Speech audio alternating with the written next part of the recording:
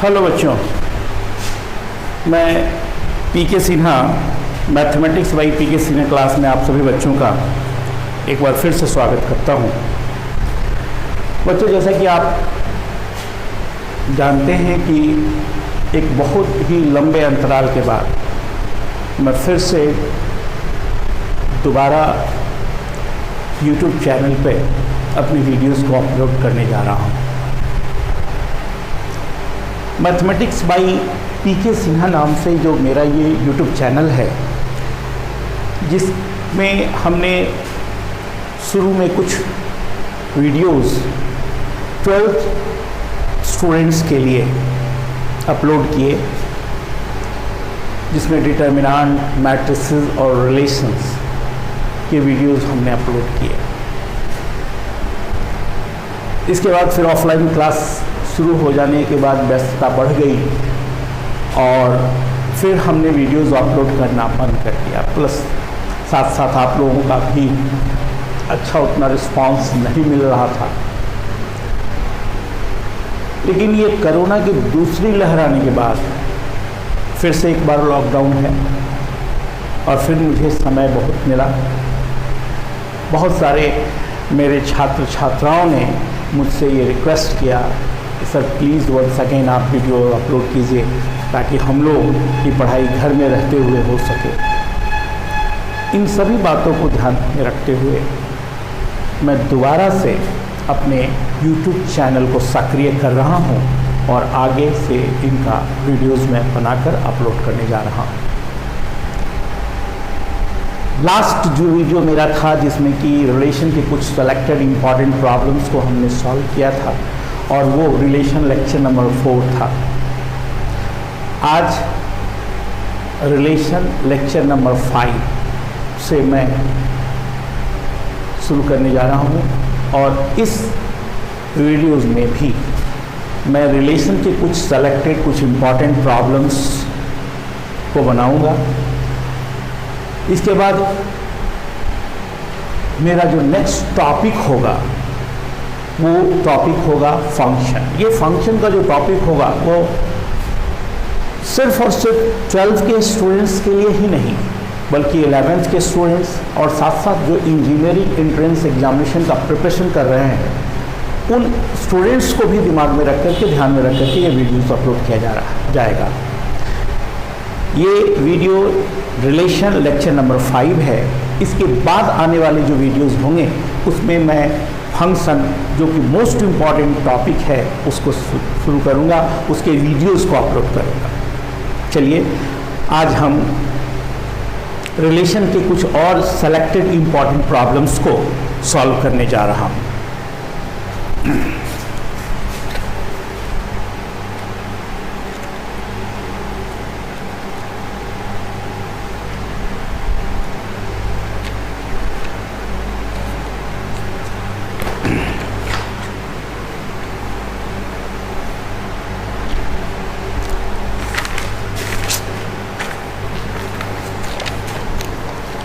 देखिए, प्रॉब्लम ये है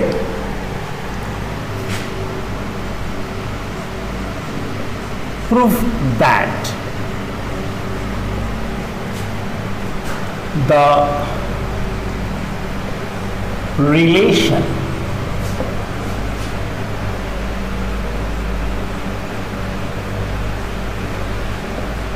congruence modulo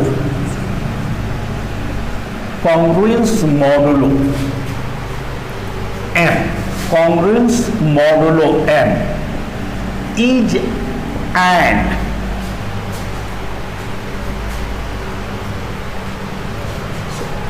congruence modulo m on the set z मतलब set of integers of all integers is an equivalence relation, है ना। देखिए, proof that the relation congruence modulo m on the set Z of all integers is an equivalence relation. अब पहले तो ये समझना है कि ये कॉन्ग्रुएंस मॉडुलो m क्या होता है ना? तो देखिए यहां पर congruence modulo m on set of integers, ये क्या होता है? फिर ऐसा लिखा होता है a b m, और इसे हम लोग पढ़ते हैं is read at a congruent b modulo m, a congruent b modulo m। Meaning क्या हुआ इसका? दैट इज, इसका अर्थ हुआ a minus b is divisible by m, where a comma b belongs to z and m belongs to n। a congruent b modulo m का मतलब होता है a minus b is divisible by m, where a and b are integers and m is a natural number। और समझ में आ रहा है? और हमें यही दिखाना है कि ये रिलेशन जो है वो एक इक्विवेलेंस रिलेशन है, और we know that a relation will be equivalence relation if it is reflexive, symmetric and transitive at the same time. In a relation is said to be an equivalence relation if relation is reflexive, symmetric and transitive at the same time. So for finding सबसे पहले इसे show करने के लिए कि equivalence होगा, हमें ये शो करना होगा कि ये रिलेशन रिफ्लेक्सिव हो, ये रिलेशन सिमेट्रिक हो और ये रिलेशन ट्रांजिटिव हो, है ना। यहां पर हमने ये बता दिया, ये सॉल्यूशन का हिस्सा नहीं है, ये एक्चुअली बताया गया भाई ये कॉन्ग्रुएंस मॉडुलो एक्चुअली होता क्या है ना। तो हम इसके सॉल्यूशन में यही चीज लिखेंगे कि relation congruence modulo m will be an equivalence relation if it is reflexive, symmetric and transitive। ये देखिए, ये लिखेंगे relation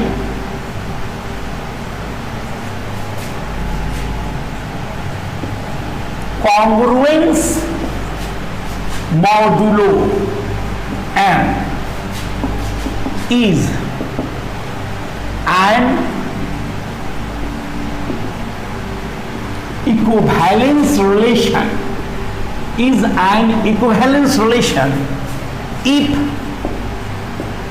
it is reflexive, symmetric and transitive at the same time। मतलब सेम टाइम का मतलब एक ही साथ तीनों रिलेशन हो, मतलब वो रिलेशन जो है वो रिफ्लेक्सिव भी हो, सिमेट्रिक भी हो और ट्रांजिटिव भी हो, है ना। तो सबसे पहला तो हम इसका रिफ्लेक्सिविटी चेक करते हैं, रिफ्लेक्सिविटी है ना। हम लिखेंगे we know that a minus a बराबर 0 equal to 0 into m, where for all a belongs to z, m belongs to natural number। a minus a किसी भी इंटीजर में उसी को घटाओ 0 आएगा, और 0 is divisible by every natural number 0, और 0 can be written as 0 into m for all a belongs to z and m क्या है, इसलिए कहेंगे सो a congruent a modulo m, है ना। इट इंप्लाइज रिलेशन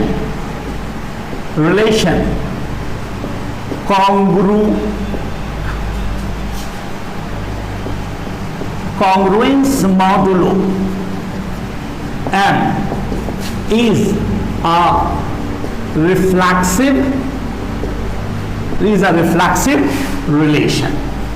चलिए ये काम हमारा हो गया, ये रिलेशन जो है वो रिफ्लेक्सिव रिलेशन है।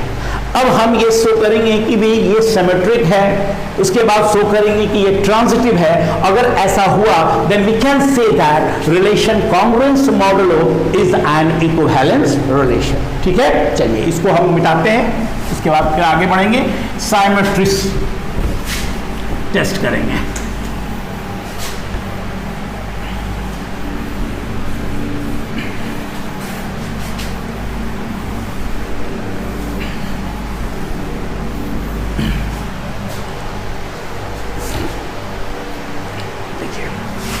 दूसरा आ जाता है साइमेट्री। हम मान लेंगे let A comma B belongs to Z, belongs to Z, A और बी दो इंटीजर है। Now A minus B equal to integers and A minus B is divisible by M. It implies A minus B बराबर M into K, where K belongs to integers, कोई भी integer हो सकता है।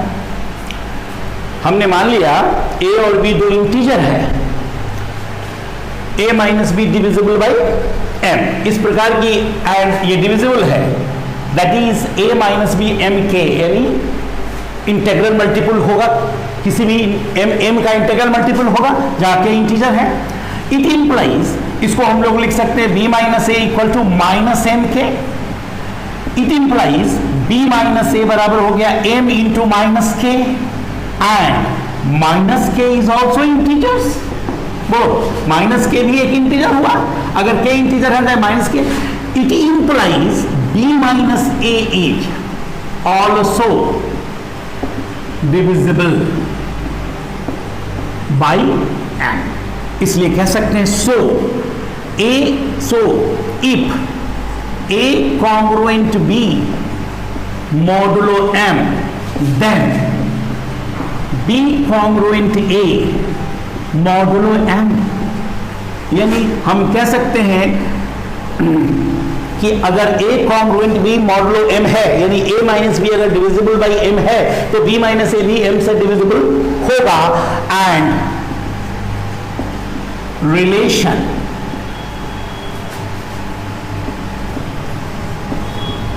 Congruence modulo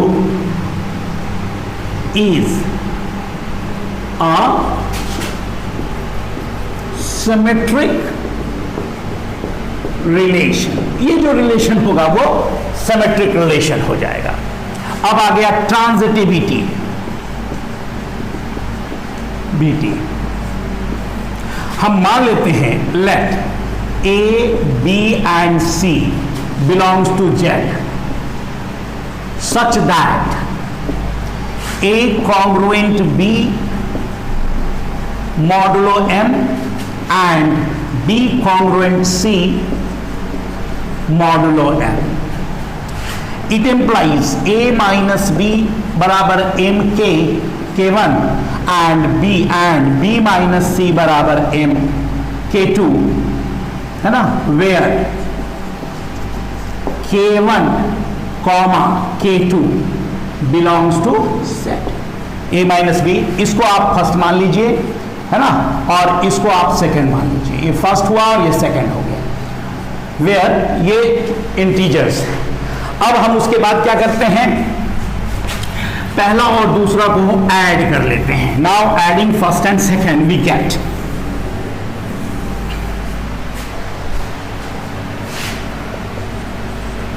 adding first and second we get, हमें मिलता है क्या, a minus b plus b minus c, m common निकाल लीजिए, k1 प्लस k2। अब देखिए यहां b कैंसिल आउट हो गया। इट इंप्लाइज a माइनस सी बराबर m इंटू एन इंटीजर, क्यों भाई? क्योंकि अगर k इंटीजर है और k1 और k2 दोनों इंटीजर है तो ऐड करने पर इंटीजर आएगा. It means a minus b is also divisible by m, implies a congruent a minus c, a congruent c modulo m. हम ये देखेंगे. here we see a congruent b modulo m and b congruent c modulo m implies a congruent c modulo m. So congruence modulo m is also transitive है ना. ये जो relation है वो भी ट्रांजिटिव हो गया. अब फाइनली आप क्या कह सकते हैं कि since congruence modulo is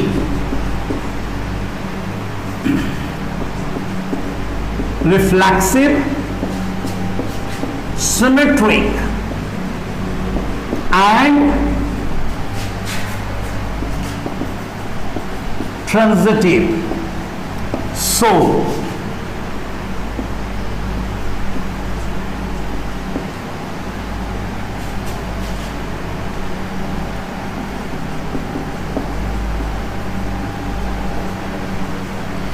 congruence modulo will be an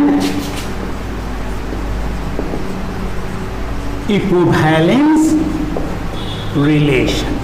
ये कॉन्ग्रेस मॉडलो जो हो गया वो निश्चित रूप से क्या, एक इक्विवेलेंस रिलेशन.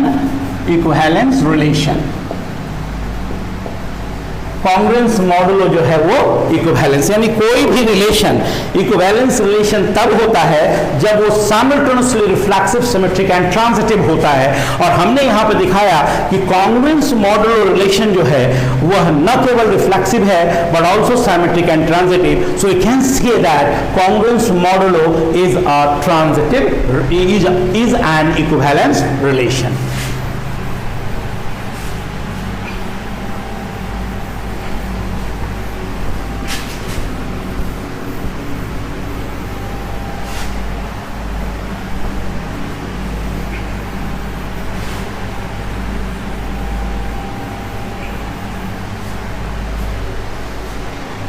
फिर आप एक क्वेश्चन देखिए कि if R is an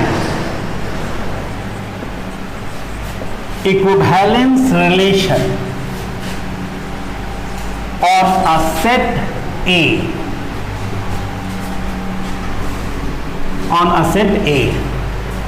then so that R inverse is also an equivalence relation, है ना. मतलब कोई भी रिलेशन अगर इक्विवेलेंस रिलेशन है तो उस रिलेशन का जो इनवर्स होगा वह भी इक्विवेलेंस होगा. ये हमें शो करना है. हम ये देखेंगे. Since R is an equivalence relation on set A, so R must be reflexive, symmetric and transitive.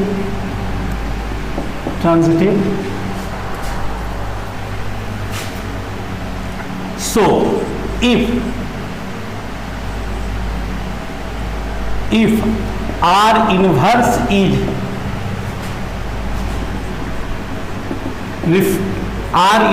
is equivalence, then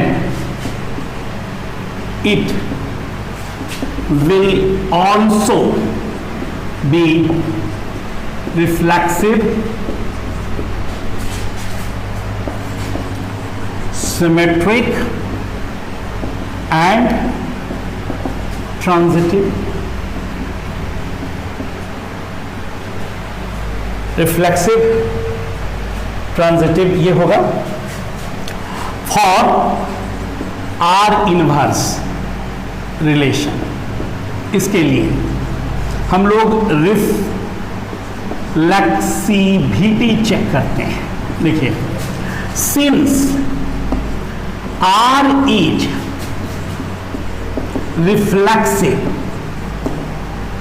reflexive so a comma a belongs to R for all a belongs to set A. It implies a comma a belongs to R inverse for all a belongs to A. इसलिए क्या बोलेंगे? So R inverse is also reflexive। बोलो, क्योंकि inverse में क्या होता है, ए और ए को आपस में बदल दिया तो ए है तो ए तो रहेगा ही रहेगा। यानी हमने यह देखा कि अगर आर रिफ्लेक्सिव है तो आर इनवर्स भी रिफ्लेक्सिव होगा। हो गया। अब आया साइमेट्रिक्स चेक करने के लिए, किसके? आर इनवर्स के लिए। अब देखिएगा,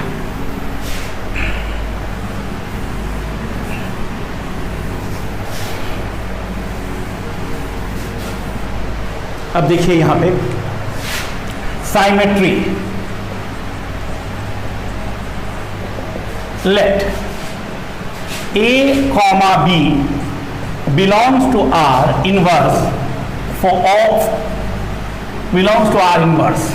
It implies B, A belongs to R inverse होगा तो भाई A भी होगा तो B होगा। It implies A, B belongs to R because R is for all AB belongs to A because R is symmetric। क्यों भाई? क्योंकि R जो है R is symmetric है ना। ए बी बिलोंग कर रहा है आर इनवर्स में, इसका मतलब बी ए भी बिलोंग करेगा आर में। और चूंकि आर सिमेट्रिक है इसलिए बी ए अगर आर में होगा तो ए भी आर में होगा, और ए भी आर में होगा इसका मतलब है कि बी ए इनवर्स जो है वो आर इनवर्स में होगा for all A b belongs to R. या इसलिए कह सकते हैं हियर वी सी, हमने क्या देखा? Here we see if A, B belongs to R implies B R inverse belongs implies B, A belongs to R inverse for all AB belongs to set A. So R is symmetric। R जो हो गया वो symmetric हो गया। अब हमने देख लिया कि R रिलेशन रिफ्लेक्सिव भी है और सिमेट्रिक भी है। अब हम R के ट्रांजिटिविटी को शो करना चाहते हैं, मतलब R इनवर्स जो है, सॉरी R इनवर्स को हम लोग क्या ट्रांजिटिव भी शो करना चाहते हैं। अगर ये ट्रांजिटिव भी हो गया तो हम ये कह सकते हैं कि R इनवर्स रिलेशन जो है, R अगर इक्विवेलेंस है तो उसका इनवर्स जो होगा वो भी इक्विवेलेंस होगा।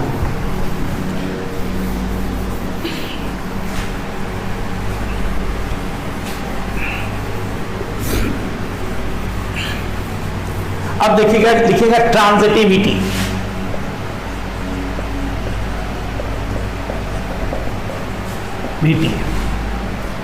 Let A, B belongs to R inverse and B, C belongs to R inverse। अब हमें क्या दिखाना है इसमें कि AB और BC है तो AC भी R inverse में होगा।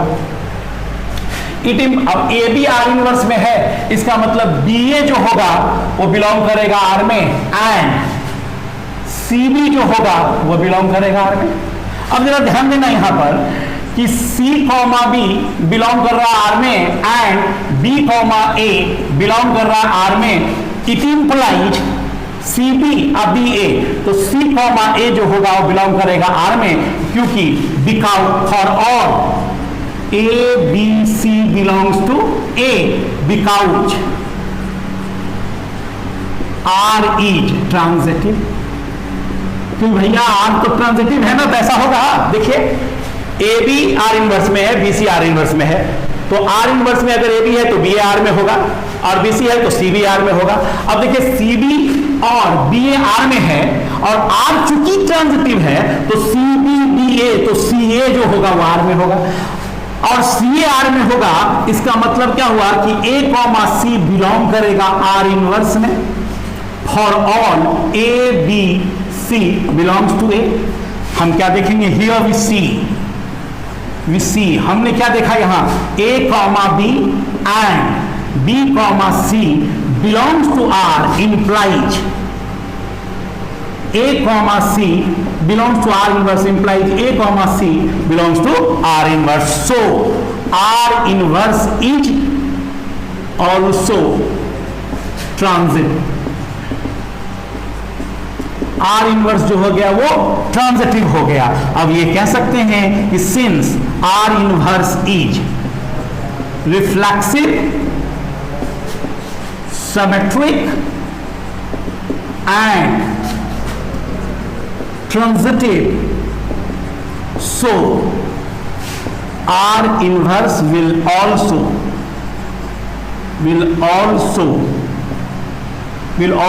be an equivalence relation, है ना। इस तरह बहुत सारे रिलेशंस के प्रॉब्लम्स हैं। कुछ प्रॉब्लम्स जो हम डिस्कस करेंगे और आगे कॉम्पिटिटिव लेवल का, उसमें हम इस और भी प्रॉब्लम्स बताएंगे। आज का मेरा वीडियो यहीं तक है, फिर अगले वीडियो में हम आपसे मिलेंगे, जिसमें हम शुरू करने जा रहे हैं function, most important topic function. आज का वीडियो यहाँ तक, तब तक के लिए बाय बाय।